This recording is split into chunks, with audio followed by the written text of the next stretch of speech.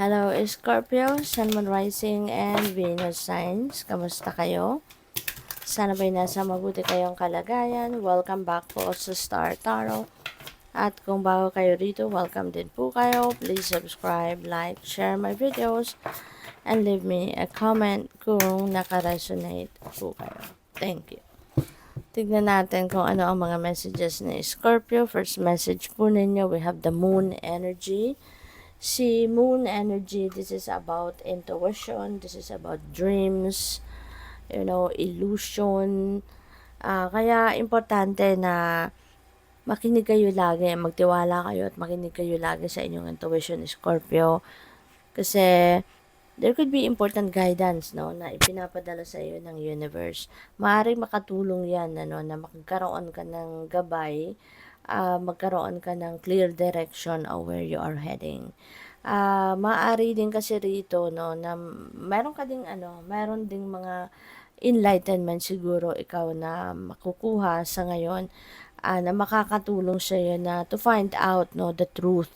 Kasi nga, maaaring meron kang matagal ng pinaniniwalaan, kung ano man yan, matagal mo na pinaniniwalaan, convinced ka na yun ang ano mo, yun ang akala mo 'di ba? Akala mo totoo yun Pero ngayon, there could be a situation wherein mafa-find out mo na kung ano man itong pinaniniwalaan mo for the longest time, hindi pala totoo, no? Mai-enlighten ka sa ngayon, no, na hindi pala yun totoo.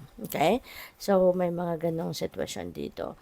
And pay attention to your dreams as well kasi maaari na meron kayong mga mapapanaginipan lately and those panaginip are important guidance para sa iyo. Kaya kung meron ka pang maalala, pagising mo na elemento sa panaginip, make sure na you write them down on paper para maano mo, para mag-google mo kung ano yung mga spiritual meaning or yung dream meaning ng elements na yun, and isulat mo din yun doon sa papel para mababalik-balikan mo, mababasa mo yun, ano? So, we also have the strength, ayan, so, pwedeng meron kang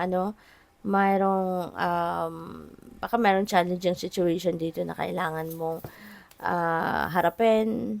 Ayan, so parang something is bothering you, no? Baka ito yon, baka meron kang problema or baka meron kang issues na dapat na i-address at ito yon, no? It's giving you anxiety siguro, it's giving you stress, maaaring iba sa inyo hindi na nakakatulog ng maayos or nagigising kayo maya't maya siguro, no? Kasi iniisip mo ito or ginigising ka ng stress, no? Pwedeng gano'n. So, magpakatatag ka lang kahit tibayan mo ang inyong loob.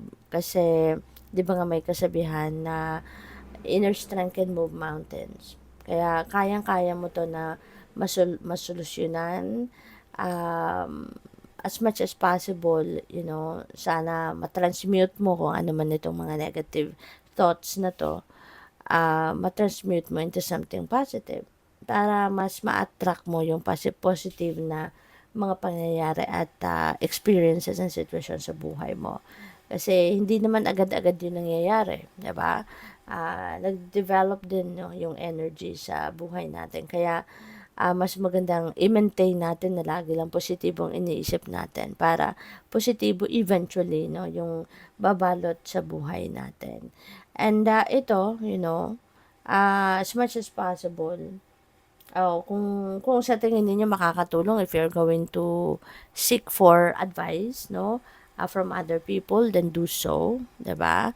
Kasi mas maganda na meron kang makakausap na iba para meron kang maririnig na ibang perspective, ibang opinion, something like that, no? And who knows, 'di ba? Doon mo din mahanap yung enlightenment na kailangan mo. But, ayun, wag kang susuko, no? Wag kang susuko, magpakatatag ka lang, tibayan mo ang inyong loob, isipin mo lang na lahat ng problema ay may solusyon. At unti-unti, mahahanap mo din yan. So, tignan natin kung ano pang ganap. So, we have the Grail Knight, ayan, romance, illusion, seeking the sacred, ayan. So, most likely, no, Scorpio, baka baka yung illusion na to, baka yung paniniwala mo na ito is related siguro sa inyong romantic relationship. Pwedeng ganun yun, no? Pwede naman hindi, pwedeng oo. So, depende sa inyong sitwasyon, collective reading ito, kaya some of this may resonate with you, some of this may not resonate with you. Okay? So, what else? We have truth. Man, truth will come to light. Talaga, no? Malalabas talaga yung katotohanan dito.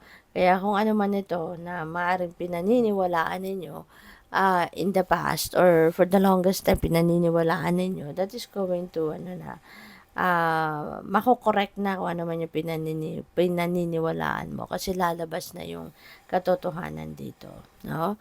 So, what else? We have there gentleness and diplomacy. So, you just need to practice gentleness and diplomacy. Hindi dito pwede yung puwersa, hindi dito pwedeng galit-galitan tayo, mainitin ang ulo natin, hindi pwede, no?